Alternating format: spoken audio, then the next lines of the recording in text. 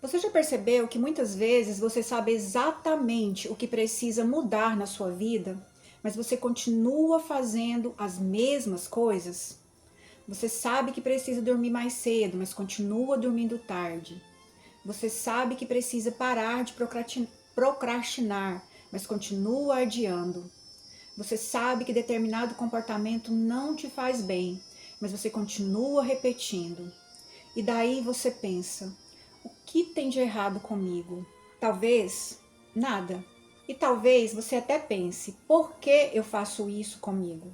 Se você já passou por isso, eu quero te dizer uma coisa. Isso não significa necessariamente que você é fraco, fraca, preguiçoso, preguiçosa ou que não tenha força de vontade. Existe uma explicação para esse conflito entre aquilo que você sabe que deveria fazer e aquilo que você realmente faz. E é sobre isso que vamos conversar hoje. Saber não significa conseguir mudar. Uma das coisas mais frustrantes da transformação pessoal é descobrir que ter consciência de um problema não significa automaticamente conseguir mudar. A nossa mente não funciona através de decisões conscientes. Grande parte do nosso comportamento acontece de maneira automática. Nós aprendemos padrões ao longo da vida, formamos hábitos e criamos associações. E desenvolvemos maneiras de reagir diante de determinadas situações. E muitas dessas respostas continuam acontecendo, mesmo quando racionalmente já percebemos que elas não são mais úteis. É como se existisse uma diferença entre eu sei o que preciso fazer e eu sei que preciso fazer isso de maneira consciente. E essa diferença é muito importante. O cérebro gosta do conhecido. Existe outro ponto importante. O nosso cérebro tende a economizar energia. Quando repetimos determinadas ações, muitas vezes ela pode se tornar automática. Pense em algo simples, como escovar os dentes, dirigir ou fazer o caminho que você percorre todos os dias. Você não precisa pensar conscientemente em cada pequeno movimento. Na PNL existe uma frase que é o seguinte: a mente gosta do igual, mas ela só aprende com o diferente. Então, todas as vezes que a gente tenta traçar um novo caminho, existe uma resistência. O nosso corpo, ele se torna resistente. E aí a gente começa a pensar em várias maneiras de deixar de fazer aquilo. Eu vou dar um exemplo simples do que acontece comigo para gravar esses vídeos. Eu estudo muito, todas as vezes, todo o conteúdo que eu pretendo gravar. Só que eu tenho uma grande dificuldade na hora que eu tô na frente da câmera para gravar.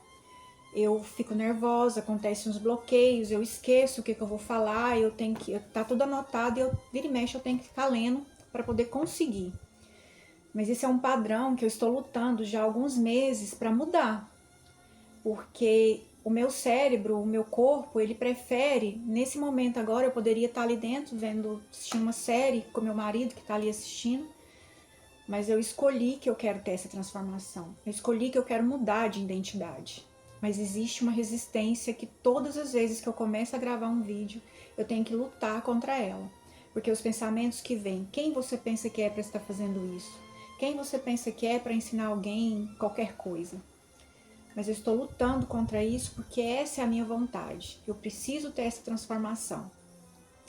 Eu não quero ser a mesma pessoa que eu era um ano atrás.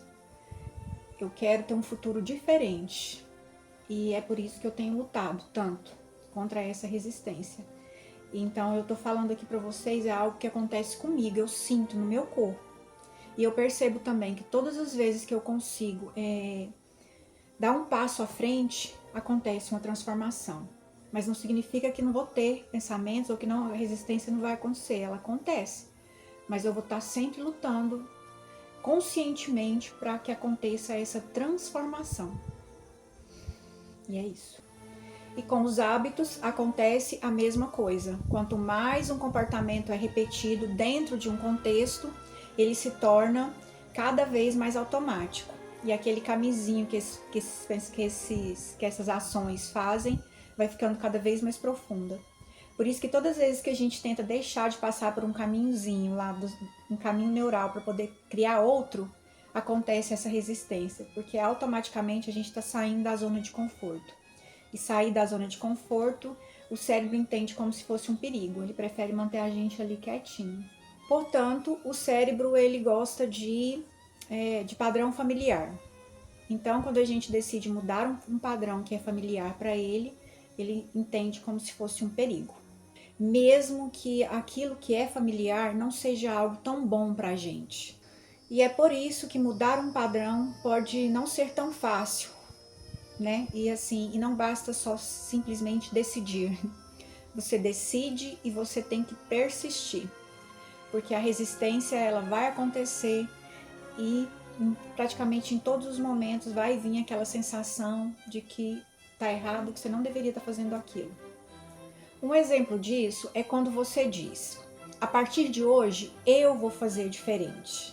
E eu te digo, a decisão ela é muito importante. Na verdade, ela é um grande passo, mas é apenas o começo. O ciclo do comportamento. Uma maneira interessante de entender isso é observar o ciclo que existe por trás de muitos hábitos. Existe um gatilho, depois vem uma determinada ação e aí vem a recompensa. Por exemplo, você está ansioso, daí você pega o celular e começa a assistir vídeos. E durante alguns minutos você sente que se distrai. O cérebro registra essa experiência, ou seja, ele entende que esse ato foi bom, né? Porque por um momento você se distraiu. Então ele entende, opa, aqui é seguro. Vamos fazer de novo. E aí quando você estiver em outro momento ansioso, ele vai te levar a ter a mesma ação. Mas isso não significa que você esteja condenado a repetir o padrão. Significa apenas que existe um aprendizado acontecendo.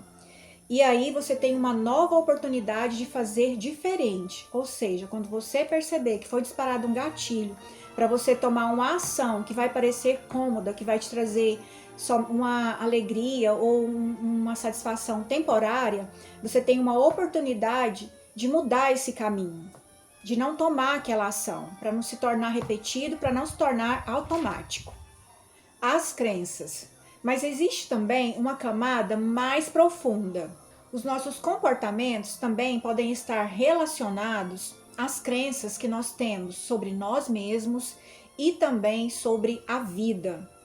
Essas crenças, essas coisas que a gente vai aprendendo aí desde a infância, né? Lá que a gente aprende com pais, professores, através de alguma tradição religiosa, né? Às vezes por uma coisa que um vizinho falou, com a mãe de uma amiga. Então, às vezes a gente vai trazendo, né, essas crenças aí no decorrer da vida, no decorrer dos anos. E alguns exemplos disso são as frases que a gente vai repetindo aí na mente da gente no decorrer dos anos, no decorrer da vida. Um exemplo dessas frases são: eu nunca termino o que começo, eu não sou disciplinada, eu não consigo mudar, eu sempre estrago tudo. Perceba uma coisa, uma frase repetida muitas vezes pode deixar de se tornar apenas uma frase e começar a fazer parte da nossa identidade. A gente pode começar a transformar e a se tornar essa pessoa que a gente tanto martela na mente.